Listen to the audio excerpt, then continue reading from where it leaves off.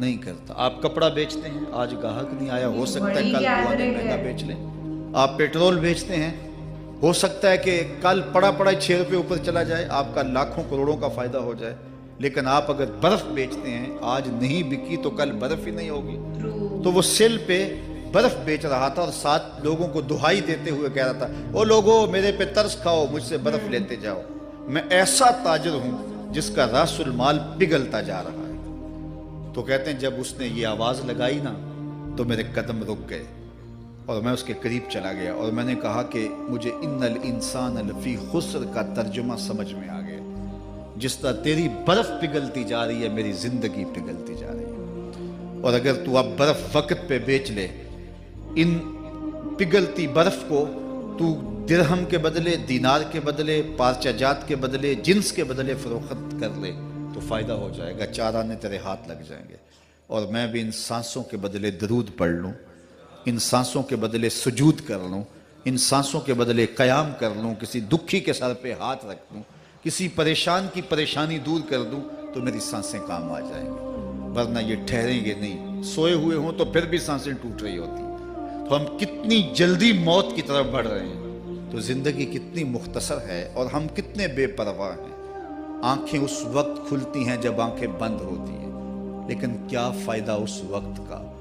آج کا پچھتاوا کل کی بہتری کی ضمانت ہے, اور آج کے پچھتاوے سے کل کی زندگی کی خوبصورتی نصیب ہو سکتی ہے. اس لیے یہ ڈھلتا ہوا سورج, یہ دیکھیں ابھی جب داخل ہوئے تھے تو سورج ابھی سر پہ تھا, لیکن اب سورج درد غروب سے زرد ہو چکا ہوگا اور چند لمحوں کے بعد وہ نگاہوں سے اوجھل ہوگا. میاں صاحب بھی بولے کہ زندگی تیری جو ہے ڈوبتے سورج کی طرح ہے, ڈیگرتے دن گیا محمد اوڑک نو ڈوب جانا.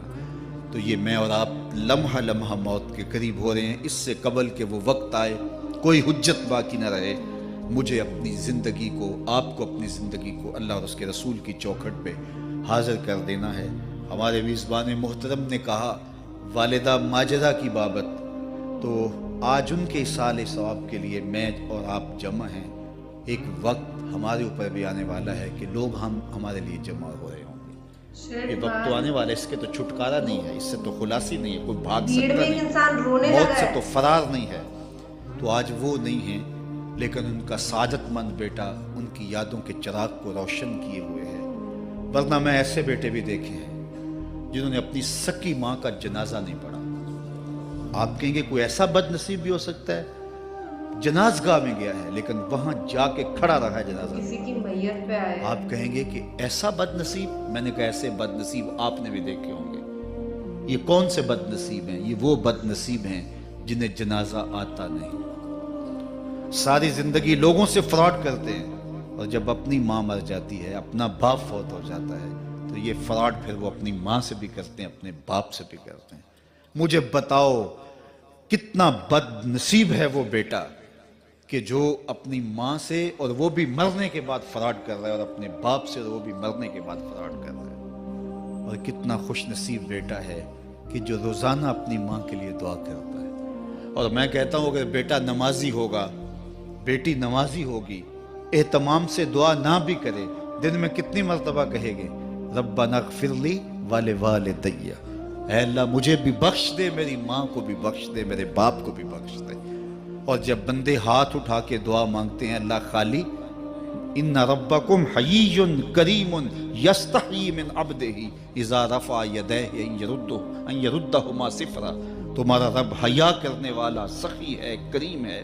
بندے جب اس کے سامنے ہاتھ اٹھا کے دعا مانگتے ہیں, اللہ فرماتا ہے مجھے شرم آتی ہے ان کے اٹھے ہوئے ہاتھ خالی کیسے موڑ دوں. انہوں نے میرے سے مانگا ہے, میں بھی نہیں دوں گا تو کس در پہ جائیں گے.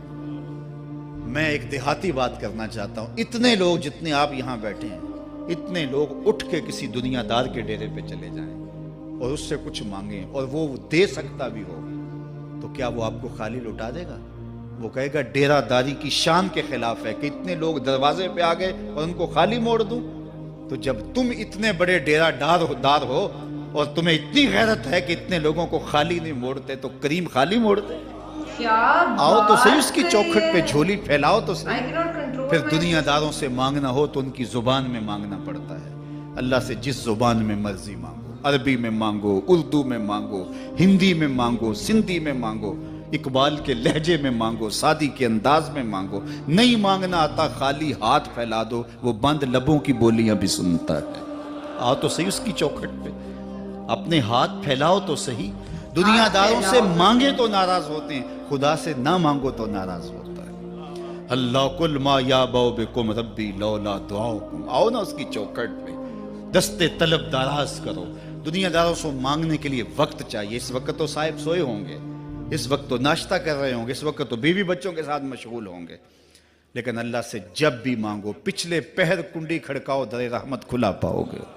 دن کو مانگو، رات کو مانگو، مانگو تو صحیح، وہ تو اتنا کریم ہے۔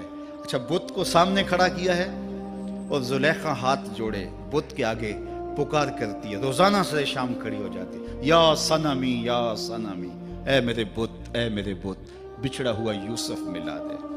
سحر دم تک پکارتی رہتی، عمر بیت گئی، چہرے پہ جھریاں آ گئیں، بڑھاپا طاری ہو گیا۔ ایک دن رات کا پچھلا پہر ہے، بت کے آگے ہاتھ جوڑے، یا صنمی کا وظیفہ پڑھ رہی ہے۔ اچانک نیند کا جھٹکا آ گیا، زبان بل کھا گئی، بولی یا سمادی، یا سمادی۔ کہا جبریل جلدی جا، یوسف کے گھوڑے کا رخ موڑ دے۔ یا اللہ تجھے تو نہیں پکار رہی، وہ تو بت کو پکار رہی ہے۔ زبان بل کھا گئی، یا صنمی کی بجائے یا سمادی کے لفظ زبان پہ آ گئے۔